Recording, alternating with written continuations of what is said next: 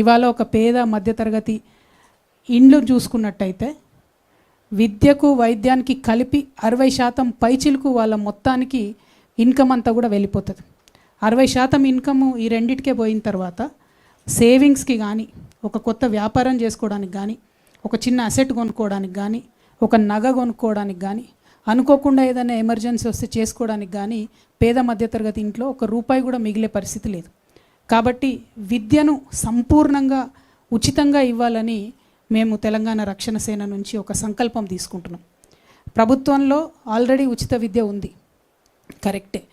కానీ ఇవాళ మెజారిటీ పిల్లలు 75% వరకు కూడా పిల్లలు ప్రైవేట్లో చదువుతూ ఉన్నారు. మేము తెలంగాణ రక్షణ సేన నుంచి అనేక మంది నిపుణులతో సంప్రదించిన తర్వాత ప్రైవేట్ స్కూళ్ళలో చదివేటటువంటి వాళ్ళకు, ప్రైవేట్ కాలేజ్లో చదివేటటువంటి వాళ్ళకు, ప్రొఫెషనల్ కోర్సెస్లో ఉన్నటువంటి వాళ్ళకు కూడా విద్యను ఉచితంగా ఇవ్వాలనేటటువంటి ఒక సంకల్పంతోనే మేము ముందుకు రావడం జరుగుతుంది. ఇవాళ నేను ఇది మాట్లాడుతున్నటువంటి సందర్భంలో ఒక పిల్లగాడు 3వ తరగతిలో ఉంటే మేము అధికారంలోకి వచ్చేటప్పటికి ఆ పిల్లగాడు 5వ తరగతికో 6వ తరగతికో వస్తాడు. ఎన్నికలు 6 నెలలు అటు ఇటు అయితే అంటున్నారు కాబట్టి.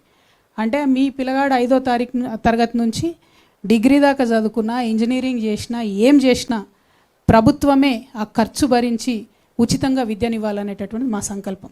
దానికి సంబంధించి లెక్కలేసినాం.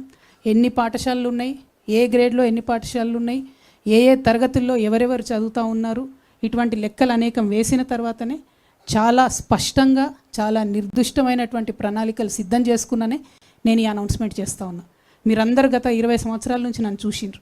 27 ఏళ్ల వయసులో నేను ఉద్యమానికి వస్తే ఇప్పుడు నాకు 47 దాటి 48కి వచ్చిన.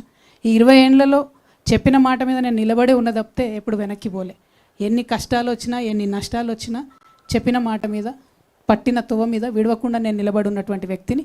కాబట్టి నేను ముఖ్యంగా మా అక్క చెల్లెలకు, తెలంగాణ వ్యాప్తంగా ఉన్న అక్క చెల్లెలకు మాటిస్తున్నా, ఉచిత విద్య ప్రైవేట్ స్కూల్లో చదువుకున్నా సరే, మీ పిల్లగాడు డాక్టర్ చదువుకున్నా సరే, ఇంజనీర్ చదువుకున్నా సరే, రాకెట్ సైంటిస్ట్ అయినా సరే, వారిని చదివించే బాధ్యత తెలంగాణ ప్రభుత్వం తీసుకుంటుంది. తెలంగాణ రక్షణ సేన అది సాధించి తీరుతుంది. మీ జేబులకెళ్ళి ఒక్క రూపాయి ఖర్చు లేకుండా చేసి నేను చూపిస్తాను.